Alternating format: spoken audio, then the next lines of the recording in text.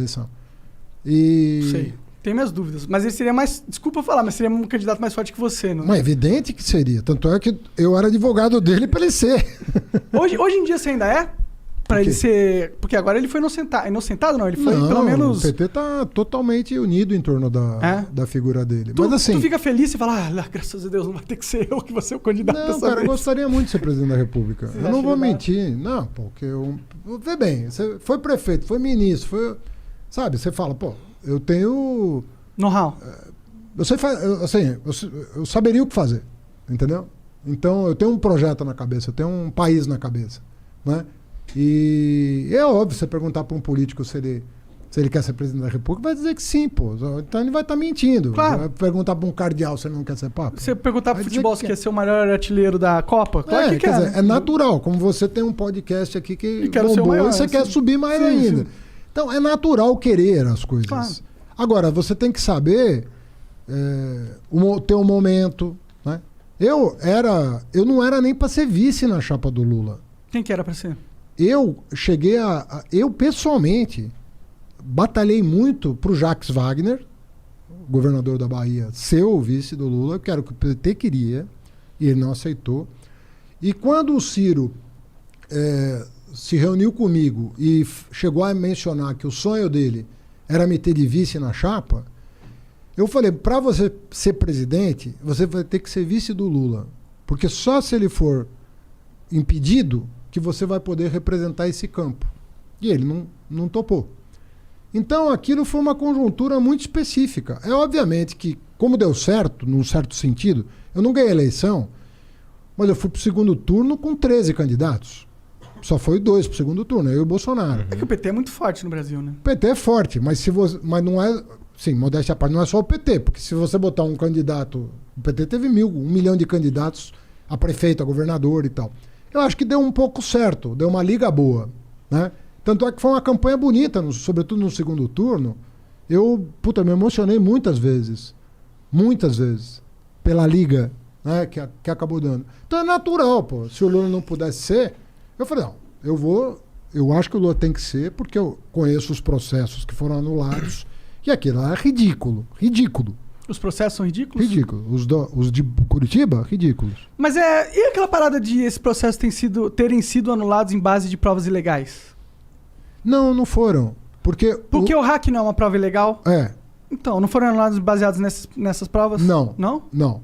Mas você poderia usar essas provas ilegais. Você não pode usar uma prova ilegal para condenar alguém. A lei te impede. Uma prova ilícita... Mas isso no mundo inteiro? Ou é só no Brasil? Tô falando do Brasil. Entendi. Tanto é que a Operação Lava Jato queria que provas ilegais pudessem ser usadas. Queria? Queria. Não faz sentido pra mim. Eu acho que provas ilegais são provas ilegais. Se você dá um incentivo para que provas ilegais possam ser usadas, você incentiva o crime, né? Exatamente. Então, o Dallagnol, por exemplo, que era o chefe da Força Tarefa, chegou a fazer um projeto de lei, aquelas 10 medidas. Uma delas era que provas ilegais pudessem ser usadas para condenar. E isso não passou no Congresso. Porque o Congresso entende que provas ilegais até podem ser usadas judicialmente, mas em benefício do réu. Ou seja, se você obteve uma prova ilegal, mas está comprovado que aquilo tem veracidade e aquilo inocenta alguém, não faz sentido condenar. Se inocenta. Mas isso é uma interpretação esse lance de poder usar para defender, é uma interpretação do juiz. Made in Brasil, né? Porque no mundo inteiro não é não. assim que se entende. Ou uma prova pode ser usada para absolver, mesmo que... Uma prova ilegal pode ser usada... Lá nos Estados Unidos, se tiver uma prova ilegal, os caras podem usar para absolver? Eu não vou dizer de um país específico que eu não sei, mas eu sei que em vários lugares pode. Entendi. Para absolver pode. Entendi. E em vários lugares para condenar também. Em alguns países para condenar também.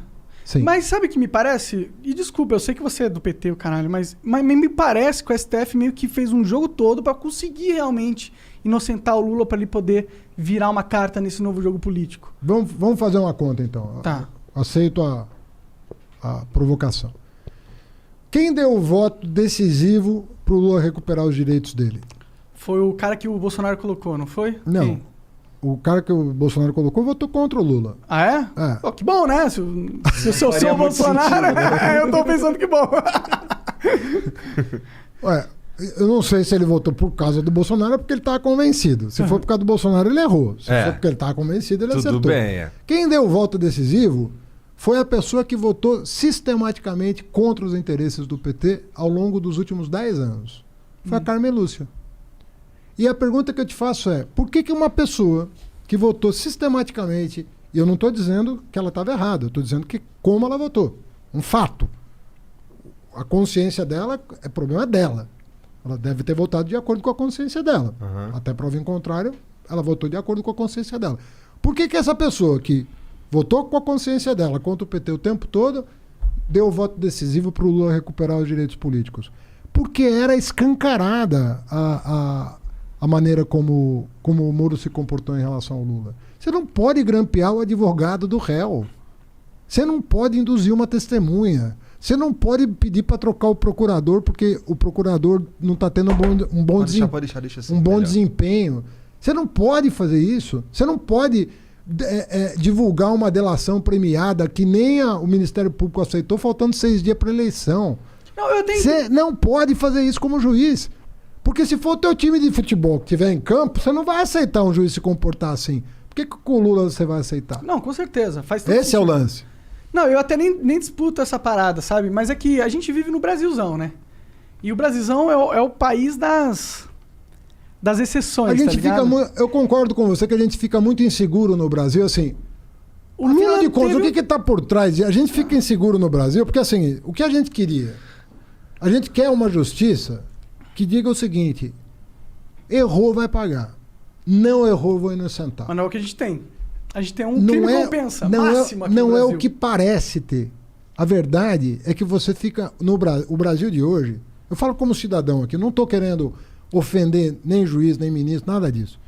Mas o que eu sinto da parte da sociedade, e é um sentimento que eu tenho também, portanto eu comungo desse mesmo sentimento, é o seguinte: a gente não tem a segurança de que os poderes estão cumprindo seus deveres na forma da lei.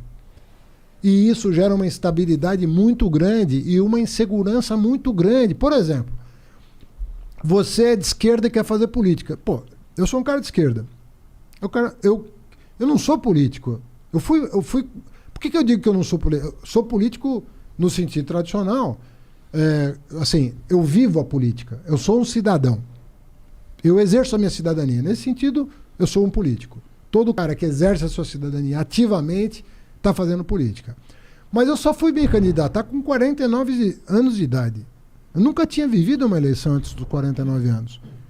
É interessante mesmo, é bem velho pra começar uma... Normalmente os caras... Não sacaneia, porra. Cara, vem aqui na boa. Sabe? Puta que... Olha isso. Tô sendo educado aqui. Vocês estão testando. Não, mas é tipo, normalmente os caras aí tá novinho pra fazer carreira. O cara vai com 20 anos, é candidato a vereador da cidade dele, com 25 a prefeito, com 35 a governador. Eu fui participar da minha primeira eleição com 49 anos de idade. Então, eu não tinha a cabeça da eleição. Não era o meu barato.